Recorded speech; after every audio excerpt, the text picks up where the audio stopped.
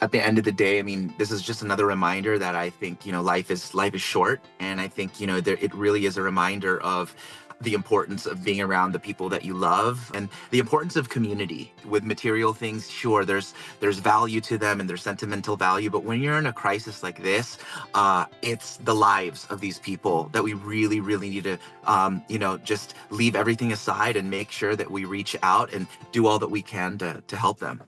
We were at home at our place in West Hollywood It was last night. last Yesterday. night when we noticed that the fire at Runyon Canyon sort of erupted. All the news reports were saying that the wind was pushing the fire south toward Okay. Hollywood Boulevard and Franklin, and if it was not contained, it would start to hit Sunset and then move in our direction, which was when we decided to sort of preemptively evacuate. We packed all our things and decided to leave until the situation calmed. I saw that packing because you actually documented that on social media, which I think is great because, for people that are caught in that situation, how do you know what to pack? For you guys, because you packed earlier, you preempted, you did it preemptively, you were able to pack as many as you can. But for like, what do you pack? Yeah. Well, fortunately, because this had been going on probably about 24 hours or 36 hours before the Runyon Canyon fire started.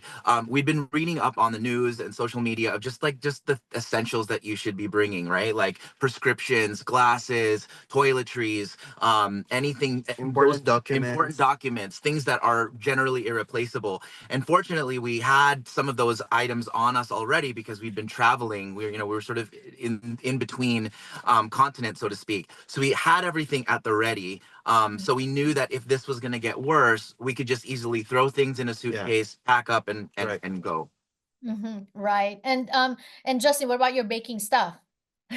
Oh, we already shipped some of my baking stuff in the Philippines, Ah, so I okay. don't So have you to didn't have worry to about pack it. that. Yeah, Right, yeah, I don't have to pack exactly. that. Yeah, Yeah, and some Exactly. were in So storage, and but yeah, in that time, I'm not gonna bring that. I'm just gonna leave it. yeah. just, yeah, because Yeah, like we were it's better talking to be about, safe. Yeah, yeah, we were talking to other survivors as well, or those who were impacted by the fire, displaced by the fire. They're talking about these things teach you what really is essential in life, right? that's And true. really for some people who actually lost everything, including their homes, what's essential is your life, that you're still alive and you can That's still true. keep going, right? But at the same time, you guys, you were out of your house for then how long? Because now, as of January 9th, Thursday, it's 8:10 here on the East Coast. The warning in the Sunset Fire has been contained. That's correct. Yeah. That's correct. So we stayed out, like I think it was like maybe 6 p.m. or 7 p.m. where we got out of our area in West Hollywood. Wednesday night. And then yeah, and then we headed south to Playa Vista, Mhm, and we just sort of hung out there with some friends and family, sort mhm, of waited it out. And then it was around like 11:30 or 11:40, close to midnight, where we had gotten a notification from watch duty that the evacuation order in the general vicinity was lifted. So we decided to check it out. So we drove toward the area and we noticed that it was pretty calm. There wasn't any gridlock. So we went back to our place around Yeah. around midnight, mhm. after sort of circling the area just to make sure. And then we ended up just staying there the night. Windows closed, AC on, Right, and we because had our I mask with imagine, us. yeah, because I imagine the air quality is not It's good. so bad. Yeah. Wasn't great, and it sort of escalated. The AQI, the air Yeah, quality index, sort of deteriorated pretty fast Right. as the fires progressed. right. And there's still so many fires going on. There's a new one right now in West Hills Agora area. Uh-huh. But I know that aside from the fact that you were displaced, just like our interviewee earlier, Honor Reyes, a musician who lost his childhood home to the Eaton My fire. gosh. He is volunteering at the Pasadena Civic Center. I know that you guys are also fresh from volunteering. You generously shared your time today. Tell us about that.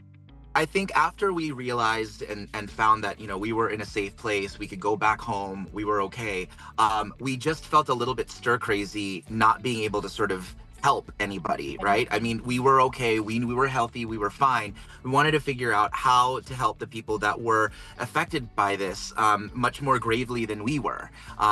Many homes were lost, but you know, these were people from all different ages. Some have had illnesses, some have had, you know, other situations that have prevented them from to be able to be as mobile. So we had reached out to some friends, we're on social media, and you know, sort of heard about two organizations, one called It's Bigger Than Us, and then the other, which is the Angel Food Project here in Los Angeles. Two organizations that are really, really great at helping individuals and families and just people who you know, need that additional assistance, whether it's food, whether it's blankets, toiletries, medication, any of those things. So we felt like we could use our time to help other people who needed it more than we did. And it was just more important that no matter what, we can just be a community at the end of the day to help others in need.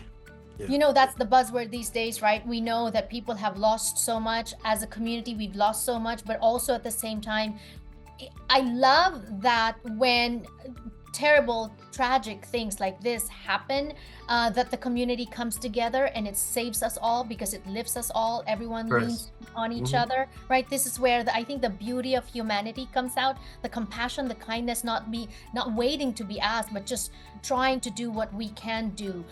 With that said, what's the atmosphere in those volunteer areas?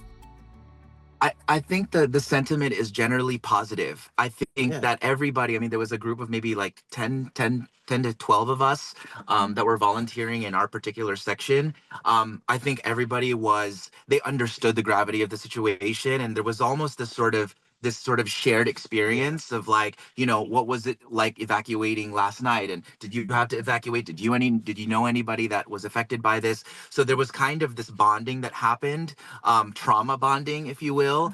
But in being in that environment, it allowed us to use that trauma, that sort of scary, stressful, and anxious kind of situation and experience that we had, to channel it into something positive. So we were just there packing food, dispatching food, you know, taking down boxes, building boxes. It was nice to be able to channel that energy into something positive. So spirits were high despite the situation that we were in.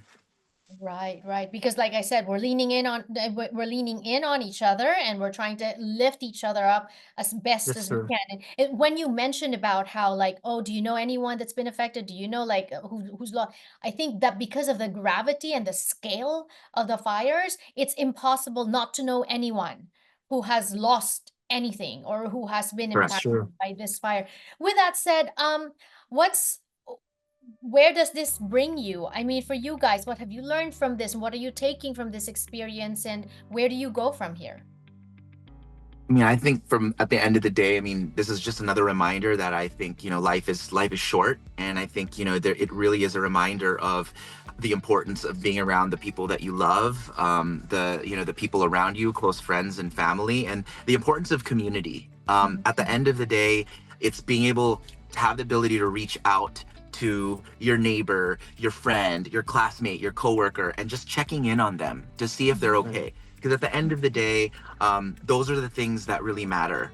You know, I know that with material things, sure, there's value to them and there's sentimental value, but when you're in a crisis like this, it's the lives of these people that we really, really need to, you know, just leave everything aside and make sure that we reach out and do all that we can to help them.